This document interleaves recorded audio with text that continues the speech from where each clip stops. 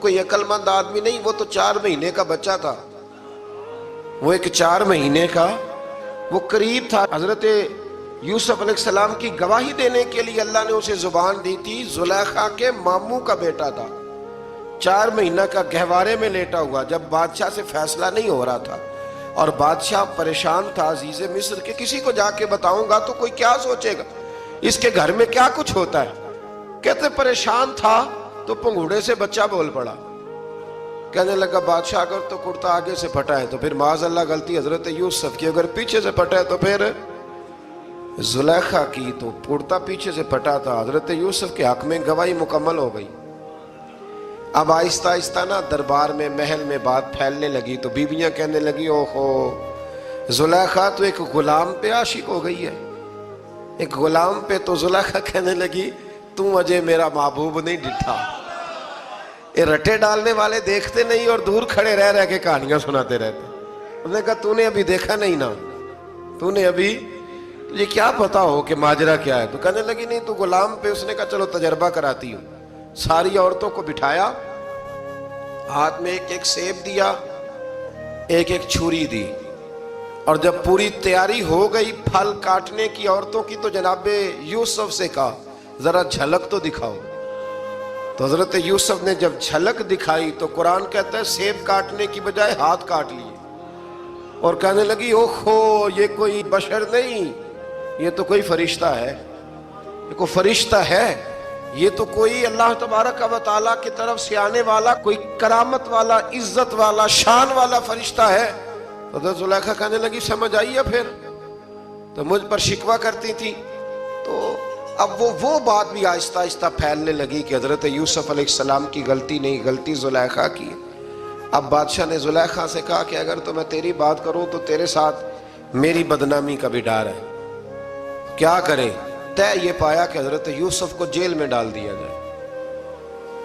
پہلے بھائیوں کے تھپڑ، پھر کنواں، پھر مصر کی منڈی، پھر زلیخا کا الزام، اور پھر باری آ گئی جیل جانے کی۔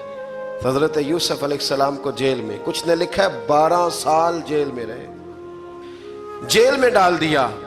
حضرت یوسف علیہ السلام جیل میں کیا کرتے؟ واعظ فرماتے، تبلیغ فرماتے، لوگوں کو اللہ کی توحید کی دعوت دیتے۔ وہاں جیل میں نا ایک شخص نے خواب دیکھا، اس نے دیکھا کہ میرے سر پہ نا پرندے کھا رہے۔ تو حضرت یوسف کہنے لگے اس کی تعبیر یہ ہے کہ تجھے قتل کیا جائے گا اور تیری لاش کچھ دیر پڑی رہے گی تو پرندے تیرے سر پہ آ کے بیٹھیں گے، یہ تعبیر ہے۔ ایسا ہی ہوا، واقعی وہ شخص قتل ہو گیا۔ ایک شخص نے دیکھا کہ وہ شراب کشید کر رہا ہے، اس نے بھی تعبیر پوچھی تو آپ نے فرمایا تو اپنے بادشاہ کو پلائے گا۔ محسوس ہوتا ہے کہ اتنی دیر تک شراب ناجائز نہیں تھی، تو اس کو شراب پلائے گا، یہ اس کی تعبیر ہے۔ وقت گزرتا گیا، وقت جو ہوتا ہے نا، وقت یہ خود بخود لوگوں کی بے گناہی ثابت کر دیتا ہے۔ ایک وقت میں نا پراپوگنڈا ہوتا ہے تو ہر آدمی پراپوگنڈے کا شکار ہوتا ہے، پھر جب وقت گزرتا جاتا ہے تو خود بخود وقت کا گزرنا کچھ چیزوں کا خود بخود حل بن جاتا ہے۔ حضرت یوسف علی نبینا علیہ السلام کو جب 12 سال بیت گئے تو بادشاہ نے، عزیز مصر نے خواب دیکھا۔ اس نے خواب دیکھا کہ 7 موٹی تازی گائیں دبلی پتلی گائیں کو کھا گئی، اور 7 خشک بالیاں ہیں اور 7 سرسبز و شاداب بالیاں ہیں۔ اپنے وزیر سے کہنے لگا کوئی تعبیر والا بندہ ملے۔ اس نے کہا کہ ایک بندہ ہے جس کی تعبیریں بڑی سچی ہیں۔ کہا وہ کون؟ کہنے لگے جناب یوسف۔ تو قید خانے میں پیغام بھیجا حضرت یوسف کو کہ خواب کی تعبیر بتائیں، تو جناب یوسف نے یہ نہیں کہا پہلے مجھے باہر نکالو، یہ نہیں فرمایا۔ فرمایا تعبیر یہ ہے، یہ جو 7 خشک بالیاں دیکھی ہیں نا، اس کا مطلب ہے کہ 7 سال تنگ دستی رہے گی، اور 7 سرسبز بالیاں دیکھی ہیں تو پھر 7 سال اللہ خوشحالی دے دے گا۔ اور فرمایا یہ جو تم نے گائیں دیکھی ہیں موٹی تازی وہ کھا گئی، فرمایا اس کی تعبیر یہ ہے کہ کوشش کرنا کہ جو تمہارے پاس دن یہ چل رہے ہیں جن میں سرسبز و شاداب ہے کھیتیاں، تو 7 سالوں کے لیے اناج جمع کر لینا، بالیوں کے اندر ہی رہنے دینا، باہر نہ نکالنا۔ اور پھر اگلے جو خشک سال ہوں گے نا، وہ یہ جو جمع پونجی کی ہوگی نا، اس کی برکت سے وہ 7 سال آسانی سے، اس پر ہمارے مفسرین نے لکھا ہے، اس آیت پر صوفیاء اور بزرگ تو کہتے ہیں نا سارا اللہ کے راستے میں دے دو، یہ بھی بات اچھی ہے، لیکن اگر کوئی اپنے بچوں کے لیے آنے والے وقت کے لیے کوئی چیزیں سنبھال کے رکھے تو یہ بھی سورہ یوسف سے ثابت ہے، یہ بھی سورہ یوسف سے، تو یہ بھی کوئی ایسا فعل نہیں ہے جس پر کوئی شخص تنقید کر سکے۔ آمدام برسر مطلب حضرت یوسف نے جب تعبیر بتائی تو بادشاہ کہنے لگا کہ انہیں باہر نکالو۔ آپ فرمانے لگے میں نہیں نکلتا بھائی، نہیں نکلتا میں جیل سے، یہی ٹھیک ہوں میں۔ آپ کیوں نہیں نکلتے؟ کہنے لگے پہلے اعلان کر کے لوگوں کو بتا کہ میں بے قصور ہوں۔ وہ جو تو نے پراپوگنڈا کیا نا اپنے منہ سے اعلان کر، اس نے جناب زلیخا کو بلایا، ان عورتوں کو بلایا، وہ عورتیں ساری سامنے آئیں، انہوں نے گواہی دی کہ یوسف تو بے گناہ ہے۔ پر سال کتنے لگ گئے؟ اللہ اکبر، 12 سال لگ گئے۔ یقین کریں کچھ لوگوں کو یہ ثابت کرنے میں نا کہ میں ٹھیک ہوں، زندگی بیت جاتی ہے، اور میں تمہارا خیر کا ہوں، زندگی بیت جاتی ہے۔ لوگوں کو ہوش تب آتی ہے جب مزار پر چادر ڈالنے کا ٹائم آ جاتا ہے، ہوش تب آتی ہے، لیکن پھر ہوش کا کوئی فائدہ۔ 12 سال کے بعد بادشاہ نے ان کو بلایا اور کہنے لگا کہ یہ جو خواب میں نے آپ کو سنایا اب کرنا کیا ہے؟ تو حضرت یوسف کہنے لگے تم سے کچھ بھی نہیں ہوگا، اگر کچھ کرنا ہے تو پھر یہ خزانے کی ذمہ داری میری لگاؤ، اگر کوئی قابل آدمی ہو تو وہ آگے بڑھ کے بات کر سکتا ہے۔ یہاں ہر بندہ ہی آگے بڑھ کے کہتا ہے مجھے دے دو ڈیوٹی، لیکن قابل ہو تو وہ آگے بڑھ کے بات کرے اور سمجھے کہ میرے علاوہ کسی کے لیے مشکل ہے تو پھر وہ آگے بڑھے۔ حضرت یوسف نے جب کہا تو انہوں نے آپ کو وزیر خزانہ بنا دیا۔ پھر ایک وقت آیا کہ وہ عزیز مصر ہی بن گئے، قحط پڑ گیا۔ جب مصر میں قحط پڑا تو دائیں بائیں بھی قحط پڑا، کنعان کے آپ رہنے والے تھے، وہاں بھی قحط پڑا۔ حضرت یعقوب بیٹے کی یاد میں رو رو کے تو آنکھوں کی بینائی چلی گئی۔ اور یارو باپ بھی بڑا ہی پیار کرتا ہے، بڑا ہی پیار کرتا ہے، بڑا ہی، پتہ ہے باقی تمہیں تحفے دیتے ہیں، باقی تم سے محبت کرتے ہیں، تو باپ تو بیٹے کو اپنی جوانی دے دیتا ہے، اپنی جوانی اپنے بیٹے کے نام کر دیتا ہے۔ باپ بھی بڑا ہی پیار کرتا ہے سنگیو، کوئی نہیں تول سکتا۔ بچے ایسے گھوم رہے ہوتے ہیں نا ابا جی کے سامنے تو ان کا اٹھنا بیٹھنا چلنا ہی بڑا پیارا لگتا ہے، کا آنا جانا ہی بڑا پیارا لگتا ہے۔ باپ کا تو قد روز اونچا ہوتا ہے کہ اللہ نے مجھے لال عطا فرمایا۔ حضرت یعقوب کی آنکھوں کی بینائی چلی گئی رو رو کے۔ بھائی حضرت یوسف کے جب قحط پڑا تو انہیں پتا چلا کہ ایک واحد شہر مصر ہے جہاں گندم سٹاک ہے، کیونکہ حضرت یوسف کو پتا تھا، خواب بادشاہ دیکھ چکا تھا، تو آپ نے مال 7 سالوں کے لیے جمع کر لیا۔ اب بھائی آئے، اللہ اکبر، دشمن سامنے نظر آئے، مخالف حاسد، تو پھر انسان ٹھہرا رہے اور انسان کمزور نہ ہو، طاقتور ہو، اتنا طاقتور ہو کہ حکمران ہی بن گیا ہو۔ ذرا نبیوں کے حوصلے بھی دیکھنا، پیغمبروں کے حوصلے بھی دیکھنا۔ بھائی آئے، کہا گندم چاہیے، تو جناب یوسف نے اوہو پائیاں جیا ساکھ نہیں کوئی جی وچ خار نہ ہوئے۔ ہاں، اور میاں صاحب فرمایا کرتے تھے پائی پائیاں دیاں باواں ہوندے تے پائی پائیاں دے ویری۔ بھائی جیسے ہی داخل ہوئے تو جناب یوسف کی آنکھیں بھر آئیں، رو پڑے، او میرے بھائی آ گیا، رو پڑے۔ وزیر مشیر دائیں بائیں دیکھتے ہیں کہ حضرت یوسف کو کیا ہوا، رو پڑے اور بھر بھر کے گندم دی، اس کو اشارے کرتے چل تھوڑی اور ڈال دے، چل تھوڑی اور ڈال دے۔ جب بھائیوں کو دے چکے تو پھر فرمانے لگے کہ شاید اس سے گزارا نہ ہو، ضرورت پڑی تو دوبارہ بھی آ جانا، اپنی قوم کو ترس دے رہے تھوڑا تھوڑا کھاؤ، ان بھائیوں کو کہتے ہیں ضرورت پڑی نا آ جانا دوبارہ۔ اور کہنے لگے تمہارا ایک اور بھائی بھی ہے، کہاں ہے؟ بنیامین نام ہے، فرمایا ہو سکے تو اسے بھی لے آنا۔ بھائی پیسے لے کے آئے تھے گندم لینے کے لیے، اور جب واپس جانے لگے تو حضرت یوسف نے ان کی رقم دوبارہ رکھ دی، وہ دوبارہ ان کی بوریوں میں رکھ دی۔ گھر جا کے انہوں نے کھولی تو گندم بھی تھی اور پیسے بھی تھے۔ بھائیوں سے پیسے تھوڑی وصول کرنے، جا کے اپنے والد سے کہنے لگے ابا بادشاہ بڑے دیکھے ہیں پر اس میں کوئی خوشبو دیکھی، تو اس نے کہا ہے کہ اپنے دوسرے بھائی کو بھی لے کے آنا، تو بنیامین کو لے جائیں؟ حضرت یعقوب فرمانے لگے پہلے بھی تم پہ بھروسہ کر چکا ہوں، بار بار نہیں کروں گا، یوسف گوا چکا ہوں۔ پوتے بول پڑے، کہنے لگے دادا جی آپ تو ہر وقت یوسف یوسف ہی کرتے رہتے۔ انہوں نے ضد کی، اصرار کیا، تو جناب بنیامین کو ساتھ وعدہ لے کے، عہد لے کے، قسم لے کے بھیج دیا حضرت یعقوب نے۔ جناب بنیامین بھی پہنچے مصر میں، یہ دونوں ایک ماں سے تھے، سگے دونوں تھے۔ حضرت یوسف نے جناب بنیامین کو دیکھا تو اپنے ساتھ بٹھا لیا، اور ذرا باتیں کر کے نا، ادھر بیٹھ جاؤ، ادھر بیٹھ جاؤ، اچھا نہیں ہے جگہ، آپ ادھر آ جاؤ، میرے ساتھ بیٹھ جاؤ۔ بھائی تھا نا سگا، اچھا چلو ٹھیک ہے آپ ادھر آ جاؤ۔ بھائی کو ساتھ بٹھا لیا۔ ابھی جب چیزیں دینے لگے تو کان میں کہنے لگے، وہ پریشان تھے نا حضرت بنیامین کہ یہ بندہ کیا کر رہا ہے، تو کان میں کہنے لگے میں بھائی ہوں تیرا، میں یوسف ہوں۔ تو اس طرح کہا یار تھوڑے دن میرے پاس رہ نہیں جاتا؟ حضرت بنیامین کہنے لگے رہ جاتا ہوں۔ رہ گئے جناب بنیامین۔ اب کہا نہیں میں نہیں بھیجوں گا۔ کچھ لوگوں نے یہ لکھا ہے کہ حضرت بنیامین کے جو بوری تھی اس کے اندر انہوں نے تھیلے کے اندر شاہی پیالہ رکھ دیا اور فرمایا اس کو ہم نہیں جانے دیں گے، ہمارا پیالہ کیسے، یہ نہیں کہا کہ یہ چور ہے، کہا پیالہ کیسے آیا اس کے تھیلے پہ، لہذا یہ ابھی ہم رہے گا ہمارے پاس، دیکھیں گے۔ وہ باقی چلے گئے تو یہودا کہنے لگا کہ میں نہیں جاتا، میں یہیں ٹھہروں گا، اس لیے کہ میں باپ کو کیا بتاؤں گا کہ پہلے بھی میں کرتا میں ہی لے کے گیا تھا یوسف کا، اب میں کیا بتاؤں گا۔ واپس گئے اور جا کے بتایا کہ جناب بنیامین کو انہوں نے رکھ لیا ہے، معاملہ بن گیا ہے۔ وہ کہتے ہیں کیسے پیالہ آیا ہے، شاہی پیالہ۔